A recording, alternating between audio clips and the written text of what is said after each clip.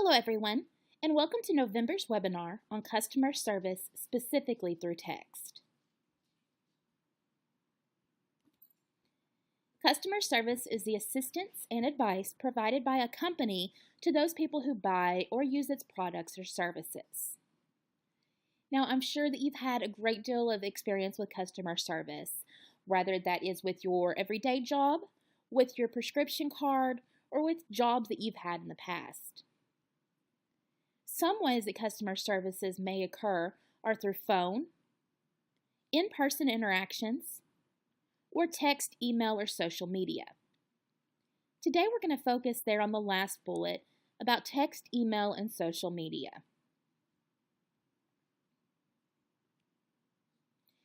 Many prefer to use e-communication these days to carry out business. Now, there's a lot of perks that come along with that. For example, it allows you to document whole conversations with your customers, allows customers to converse with you on their schedule as they have free time throughout the day or week, and it is incredibly easy to send along information, copies of your card, and so on. Now, a few cons that may happen is it may be hard to pass along a positive tone through your written text. That tends to happen a lot. You may not need to come off as rude or short, but if you're not using the proper tone in your writing, it may come off that way. And conversations may tend to take a little bit longer. Going back to one of the pros, allowing customers to converse on their schedule, a simple conversation may take you a week to get exactly across what you want to your customer. But once again, it goes back to being convenient for them.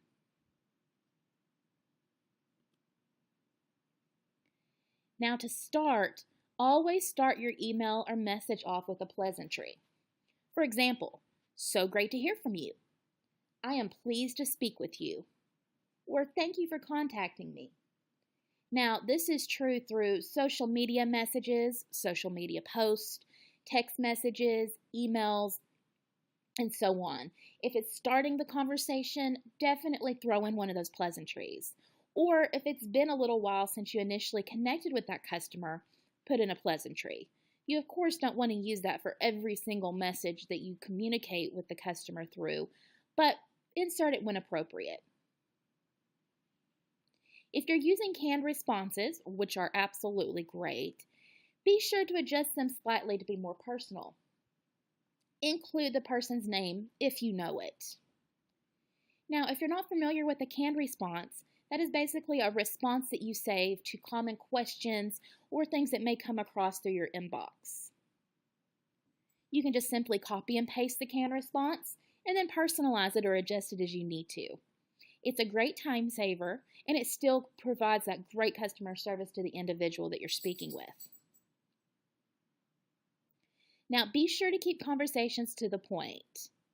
Do not include stories or points not relevant to what the customer asked or what they need from you. It may be easy to get long-winded and wanting to tell about different things going on in your life or different stories, but if they're not relevant to the customer's needs, then just don't bother speaking them. The customers most likely have a lot of things that they need to get done, and having to wade through a lot of deep conversation in a post or an email when they were simply asking a question may irritate them.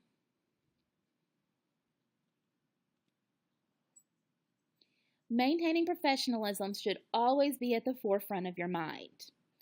Now, through social media or written text, you may not be able to reach out and shake that individual's hand or smile to let them know that you're a good, trusting individual, but you can still convey that through written word.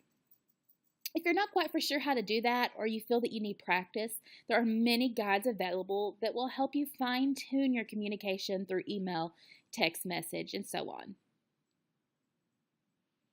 Now that goes right along with giving customers the same respect or customer service that you would give in person. Don't be put off because you got an email late at night from a customer, or don't feel that you don't have to give those customers who reach out via text or written word the same respect that you give in person. Always be polite, and always remember that these individuals are reaching out to you because they need your card to save on their medications. Be sure to respect customers' wishes on how they wish to communicate. For example, if they say that they don't wish to communicate via phone, don't push the issue. Don't continuously ask for their phone number or tell them that they need to call you for more information. Respect their wishes if they wish to communicate through text or email or social media. You're still able to give the same great customer service through all these mediums, and you're able to still pass out your card or give more information through these mediums. So if the customer doesn't wish to talk on the phone, don't force them to.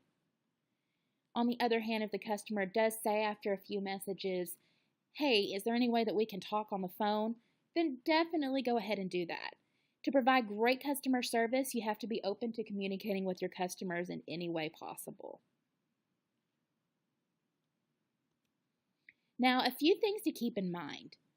Always use spell check. Nothing is going to be more off-putting to an individual if you have a great deal of misspelled words or broken sentences. Most word processors or email tools have spell check built in. But if you find that the way you're communicating does not have spell check, you can usually install third-party applications that will do that for you, or just simply copy and paste a word that you may not be sure about to check to make sure that it's spelled correctly. Like we spoke earlier, if you feel that you need help on your formatting of your emails and your communication through text, use some tools. Fine-tune it until you get it just to exactly where you want it and to make sure that it's a professional. Be sure to avoid text talk. Those are things like abbreviations. For example, a lot of people, instead of typing out R-U, A-R-E-Y-O-U, may just use the letter R and then the letter U. There's several different types of text talk that tend to be abbreviations or shortened words, so on. Be sure to avoid those.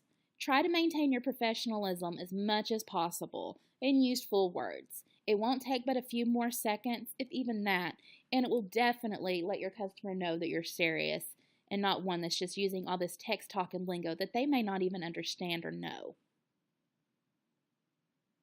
Avoid using emojis. Now, it may not hurt to throw in a smiley face every now and then throughout a conversation, but avoid using emojis over and over and over. As a general rule of thumb, don't use emojis at all. Now, if you feel that you should insert maybe a little smiley face or something like that along the way, then that's okay. But definitely don't put an emoji in every conversation, every sentence, or even every other word. This may come off as annoying to some customers, and it just takes away from your professionalism, and it also just may be harder to read something like that has a great deal of emojis throughout the sentence or the body of the communication. And always keep your contact details or card info in the signature of communications. Now, for email or social media, this is super easy. Now, keep in mind if you're posting on a public site on social media, you might not want to put your phone number. Just be sure that you know the audience that you're posting to and make sure that everything you post there is appropriate. And also through text message, it may be hard to put a great deal of contact details or card information in your signature, but just make sure that you at least provide that to your customer and make it readily available for when they need it.